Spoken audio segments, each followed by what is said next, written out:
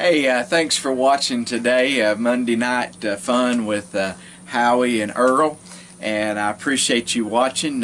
If you haven't already, subscribe to our channel and give us a thumbs up. And anyway, we appreciate all of our subscribers and folks like you. And this week, my brother Earl, he wants to tell about our grandpappy Edward, a little situation that happened when he was a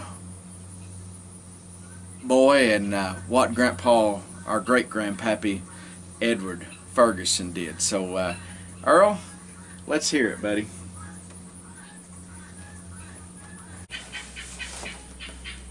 Howdy! Welcome today to Cedar Creek Homestead, and thank you, Howie, for letting me share this little story here about our grandpa Edward. Miss old great-grandpa Edward. He's such a good man and stuff, but he was quite the character. Kind of an old-timey character. They lived down here in town, and him and my great-granny Pinky, they had a couple of big lots down there in town, and they had a milk cow in town.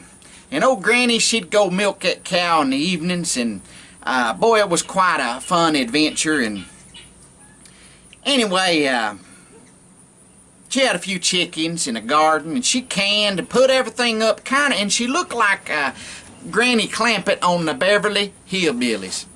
But old Grandpa Edward, he was quite the character.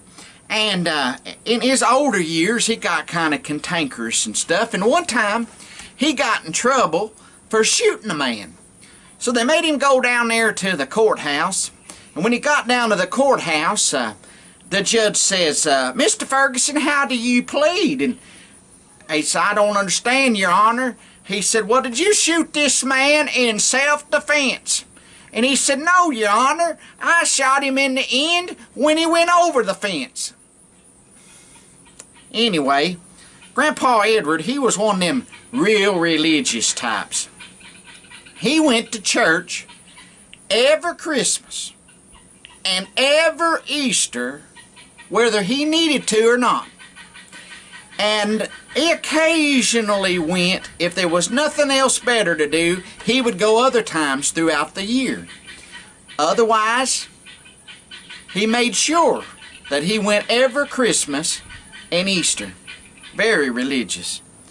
And they always had the dinner. He bragged about their church dinners.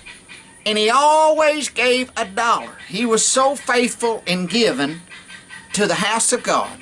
He always gave $1. And as a boy, they'd have me take up the offering. And I knew the dollar that my grandpappy gave, because it would be so wadded up. At Easter and Christmas, they let us young boys take up the offering. And when we'd get it out there to where the back was, they had a little room there, and a couple of the deacons would come back and watch us boys, and we would count the money out. And that $1 there would be so wadded up that we needed an iron to flatten it out. And that was my grandpa. I knew that was my grandpappy's dollar. I seen him give it in the offering every time. He was very faithful to give. Another thing he went to church for is when they were going to vote on spending money. He made sure, because he had an investment in the kingdom of God. So he made sure they knew where he stood at. Well, one day, Granny, Pinky, she was getting ready to go down to the church house. And he says, Pinky, what you doing? She said, well, I'm going down there to the church house. Said, they're having a business meeting tonight. And he said, a business meeting? Well, I didn't know about that. And she said, well, if you would have come last week to church, you would have heard the announcements and you'd have known they was having a business meeting. Well, he hurried up and put on his best pair of overalls and wet his hair down a little bit. And he said, I'll go right with you. So they ran down to the church there, and their business meeting going on. They said, we have a motion here to buy a chandelier. And Well, Grandpappy, they said, we're going to vote on this. Said, we feel like there's really no need to comment or nothing. We're just going to buy us a chandelier here. And Grandpappy says, I object. Said, it's got to, you got to have a first and a second motion, then it has to be discussion on it. So they did a first and second motion, and Grandpappy said, now I want to discuss something with you. Folks, I just don't think we need a chandelier. He said, first off, there ain't nobody in our church house knows how to play it.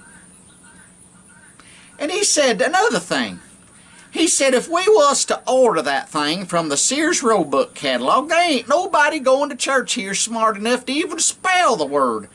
More or less get it ordered here. And he said more importantly than a chandelier, we need new lights in the church house.